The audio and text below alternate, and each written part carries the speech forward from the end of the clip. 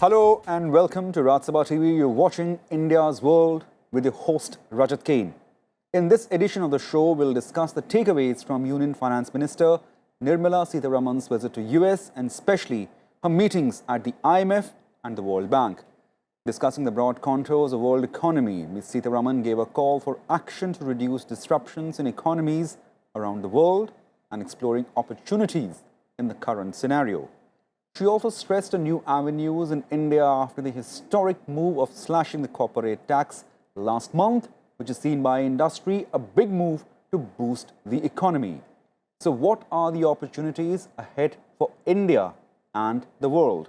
To discuss more on this, we are joined in the studio with Dr. Arvind Virmani, Chairman EGROW and former Executive Director IMF, Banuchandar Nagarajan, former consultant, World Bank, and Dr. Jayant Dasgupta, former ambassador at WTO. Thank you, gentlemen, for joining us. Mr. Virmani, we'd like to start with you first. On the preliminary level of understanding, what do you see the takeaways from Finance Minister's visit to US? I think the most important thing is that after several years, India is again going to the world and indicating the opportunities available in India. I think the government in its first term in the beginning did that, and then to some extent, there's always a mix of things, but then turned inward in the sense of focusing more on internal issues, internal problems, etc., etc. So I think that's a good thing actually, that they are doing this, going out and giving signals in a sense that India is open for business. So at a very general level, but you mentioned opportunities, if you want me to say something about that. So what I have been saying for the last 12 months or so is that we have a once in a generation opportunity to make this Make in India a reality because of the global situation. We are all aware of this tariff war, trade war, etc., which everybody has analyzed the negative effects. But what I have been saying is that is also an opportunity for India, and we can explore how that is and what the government can and is doing towards that end. Mr. Banuchandar, how far do you see opportunities for India in current scenario? Quite a lot. Before that, I would like to add that India, when there is a very confident nation to the meetings, for many reasons. One is we are the 5th largest economy. Second is we are contributing a lot to the world economic growth, though it is very slow at around 3%. India's contributions, India is growing at 6.1%. Right. And even the projected growth for the next year is around 7%, the IMF growth rate. So it went as a confident nation, and there are many internal policies and programs that we have carried out that have got the attention of the world in terms of alleviating poverty, in terms of our progress towards the sustainable development goals, in terms of using green energy, so on. So we went there as a very confident nation. In terms of opportunities to invest in India, the finance minister was quite open in saying that even Vietnam was actually where the shift is happening, is getting saturated. Yep. So that is one thing, and coincidentally, Apple's new phone that actually got released a few days ago is doing very well in India. So a lot of these good news is all coming together. It has all been a very positive meeting, but the minister also threw in a word of caution, saying that the IMF has to act so that the slowdown doesn't transform itself to a crisis. So what she's actually saying is there is a generic slowdown in global demand, and IMF, as the body that is looking at the financial stability of the world, should act so that the fragile economies don't go down, and they should use the instruments at its hand to shore up the global economy. Mr. Dasgupta, Finance Minister gave the concerted call, and I'll just use the words, to mitigate disruption on account of synchronous slowdown and to invoke spirit of multilateralism for global growth. Now, is this a call for opportunities in the current scenario? And where does India find its place? Since the other two speakers have spoken about the internal situation in India and our steps which we have taken to attract investments, I'll not dwell on that. I think the finance minister's speech had 2-3 components. The one which was addressed to the rest of the world and particularly to the G7 was that trade integration has taken place in a big way, and protectionism is rearing its head, and this has contributed to the slowdown, and unless it is addressed in a multilateral manner and in a concerted manner by all the countries, which G7 for instance has approximately, I think, $45–50 billion worth of GDP, $1 trillion, and the global GDP is about $86–88 trillion it will be this year. So they have a huge role to play, and one of the worrying things is the slowdown in aggregate demand, and that could transform into a further slowdown and the rest of the world getting into a vicious cycle. So I think the finance minister is asking for steps to be taken in a concerted manner by all the major economies of the world, because one country alone, if it takes measures, it will not be possible to arrest the slowdown. So I think it has to be also viewed in that perspective. And of course, she has asked the IMF to monitor closely the capital flows, because investment is a problem which is afflicting many countries around the world, and consumer sentiment across the world, especially in the developed world and in India and China, that is not too good. So this will affect global GDP, trade flows. So I think it is as a very important country in the Global Committee of Nations that India has made this appeal and asked the others also to join hands and to arrest this slowdown before it gets into a crisis situation. Mr. Virmani, I mean, everyone has acknowledged there is a global slowdown. So where do you see that? Is it primarily driven by the investment, or as Dr. Jayant Dasgupta mentioned, the consumer sentiments? See, since the global financial crisis, it was a big turning point. Before that, the economy was really driven by excess demand and the supply constraint. Telling in very broad terms. After that crisis, it became a demand-constrained world, where the real problem was countries which had demand were actually doing better, and supply was not an issue. In fact, for countries like India, the excess global supply of tradable goods became a problem. So we had problems, for example, in commodities, in steel and other things, because there was huge excess capacities in countries like China. So this demand issue has been there. The way it has been addressed is by QE. People have all heard of QE, which was this quantitative easing. The problem was the balance between fiscal and monetary policy was not right. There was excessive dependence on monetary policy and some kind of a ideological aversion to pumping money into the global economy. I'm not talking about India now. So this demand problem has been there, and it rears its head every once in a while. Now looking at the individual countries, I think there's less of a problem in the USA, because their consumption demand is very strong. The problem has kind of worsened in Europe and China. China again because of various reasons.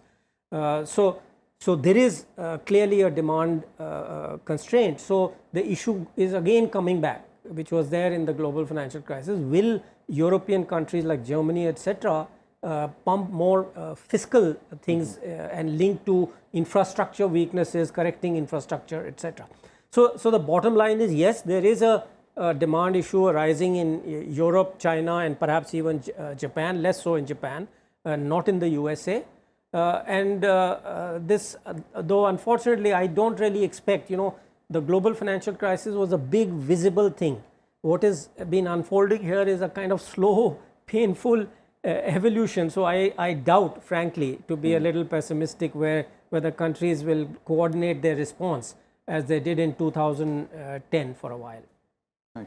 So, Banuchandar, you also agree, or I mean, what is your opinion about the problems from the demand side and the consumer sentiments, to say off?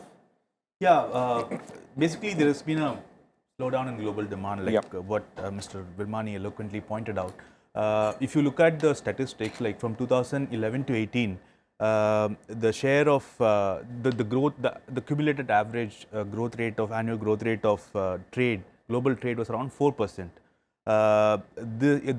This year it has come down to I think 2.6 or 2.7%, and the projection is like 2.9% for the next year. So this has been driven by the reduction in demand, and also due to the trade and political tensions, mostly driven by the US-China trade war, realigning of supply chains. There has been quite a lot of disruption. And also there are many regulatory bottlenecks in big countries that are actually still being addressed. For example, take the case of India. We have kind of assiduously, at least the previous government actually made it a point to work assiduously towards that. In the ease of business rankings, like we have come from 144 to 77. Even then, it's still a work in progress. For example, the economic survey talks about how our legal system, our regulatory system has to be cleaned up to bring in more investments. So all of this at a country level, at a trade level, there are many issues that are being sorted. And at the country level, the finance minister was saying, talking about how even with all these measures to address the development goals, sustainable development goals of 2030, we have been very fiscally responsible. Even our monetary policy has been very coordinated. So at the country level, India is doing quite a bit, and it's making good progress. At the global level, I think the coordinated action was required, for which the minister made the clarion call. But I think at the end of the day, other than the coordination, every country is going to take some steps to address their own economic weaknesses and regulatory cholesterol, so that it contributes to the global demand. Dr. Dasgupta, before we expand our discussion, and especially on the corporate tax, but just this very small takeaway. Finance Minister also met with US Treasury Secretary Steven Mnuchin, and there she mentioned that trade deal negotiations between the two countries are on full swing and possibly it will conclude soon. How far or important do you see that trade deal between these two big economies beneficial for both of them, especially for India, to say off? You have to look at it, I think, from two perspectives. One is India's exports to the US, which are, last year they were about $52 billion in terms of goods. And the US's exports to India were about $35 billion. Of course, there has been a healthy growth in bilateral business in merchandise goods. So if there is a partial trade deal on a limited number of issues, hopefully, both countries will gain as a result, and the bilateral merchandise goods trade should go up. As far as services trade is concerned, it is also quite healthy, but there have been some niggling issues like H-1B visas and restrictions on entry of Indian skilled professionals, especially in the IT sector. So I'm sure those also will get addressed. But we don't expect huge boost to growth in bilateral trade as a consequence of this trade deal once it goes through. What we expect is that there would be a fillip, but it would be modest. Just one supplementary, as you mentioned, that the exports and the deals between the two countries are healthy. Is there a scope for improvement, a possible scope for improvement? Is there other avenues where two countries or two economies can explore to make it rather more healthy? Yes, of course, the US is our largest business partner, accounting for approximately 16% of our trade. So there is always scope for expanding our business and for mutual collaboration, joint ventures, etc. So that is one thing. And of course, in the digital economy, there are some differences, especially on data localization and data sovereignty, etc. So once those issues are sorted out, but I'm afraid that may not get sorted out on a bilateral basis, it will probably require a multilateral agreement, especially under the auspices of the WTO. But once that gets sorted out, I'm sure the bilateral trade between the US and India would go to new levels. Dr. Virmani, yes, I mean, you have to say something. So I want to link this issue with what I said about opportunities, because I didn't really mention those. You know, the big opportunity, as I said, is this shifting of supply chains, and that is driven by the US. So I think it's very important, in my view, that we get rid of at least the minor irritants which have bedeviled India. There are, of course, some fundamental issues which will continue, which have continued and can continue and be solved slowly. But the new irritants which have arisen over the last year or so, I think is very important to solve them, because otherwise this will detract from the shift in supply chain which is being driven by the US. It's because it's being driven by the US, it's very important that the US government not impede the shift or even give a positive signal. So if the irritants can be removed and they are reasonably happy, it is in our own interest that you know, the US government and other people in the US say, oh, India is a great opportunity, you guys shift to India. You know, it doesn't have to be so explicit, it can be implicit. So that is one reason I think it's important that we sort out those issues. Then there, of course, as we mentioned earlier, there are internal issues which need to be sorted out, and I'm very happy that at least since the budget, say in the last 3 to 4 months or so, the government is really focusing on it. We had, I'll be very frank, I had myself criticized, I had sent messages to the government that really the government needs to talk to people on the ground who actually have to deal with problems and things. And I'm very, very happy that the government has has talked to a lot of people, is looking at it. In fact, the finance minister herself stated that we have set up a group or something to that effect, where we are going to look at all these things and make sure that the environment within India is appropriate for the shift of things. So, as I said, I am both surprised and very happy that it's happening. And I'm sure, given that the government is paying attention, sector by sector, overall, we've already had the big thing on corporate tax reform. Yeah. Again, you know, some of us, myself included, have been talking about corporate reforms for years. But what surprised even us who have been pushing for this was that extra bit which the government did. So again, that gives a lot of people hope that this 15%, if you recall, 15-17 for the next 3 years, and that is clearly linked to supply chain issue, that this is the time where supply chains will shift. So this is the time to give this extra push to it. So again, that has raised the credibility of the government and the confidence of business in the government, that yes, finally the government is paying attention to us and is doing things which will generate jobs and growth. Yeah, so clearly government post-budget has taken certain steps, and as Dr. Virmani also mentioned, one of the most important steps happens to be the slash in the corporate tax. Yes. And post her meeting at the IMF, Ms. Sitharaman, she also addressed the press in saying that she'll now prepare a roadmap. Yes. So where do you see, Banuchandar, this roadmap going, and how this would be important for a growth story? Yeah, so like what you mentioned, like the finance minister said that she is going to prepare a blueprint, and she's going to address and she's going to like talk to every big corporate so that like they can come and invest in India and set up their businesses in India. So this is very important, and I'm glad that the government is doing it proactively. Other than this push efforts, there should also be pull efforts in terms of things happening automatically, and that will happen if we do regulatory reforms. Like I think our labor laws are going to be reformed, like from 44 laws it is going to be made 4 codes. In terms of FDI, like I think most of it is in the automatic route except for certain sectors. So I think some of these reforms, our infrastructure is like being developed quite rapidly. So all of this is there, but this is at the national level. Yep. And as pointed out before, the corporate tax rate reduction is probably a big bang reform, and the finance minister made it a point to like advertise it as well. But if you look at the basic undercurrent, lot of this is driven by political considerations, right? Like I mean, if I can make a few general statements, due to a rise of nationalism around the world, there has been like a rethink on both on all the three factors that are that come under free trade: goods, capital, and labor. Right?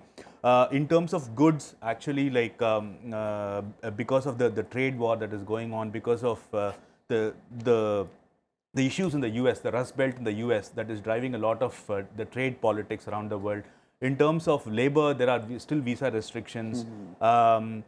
In terms of capital, there are still many restrictions, especially coming in the form of Chinese interventions, because like there is no clear-cut difference between the Chinese corporate sector and the Chinese government.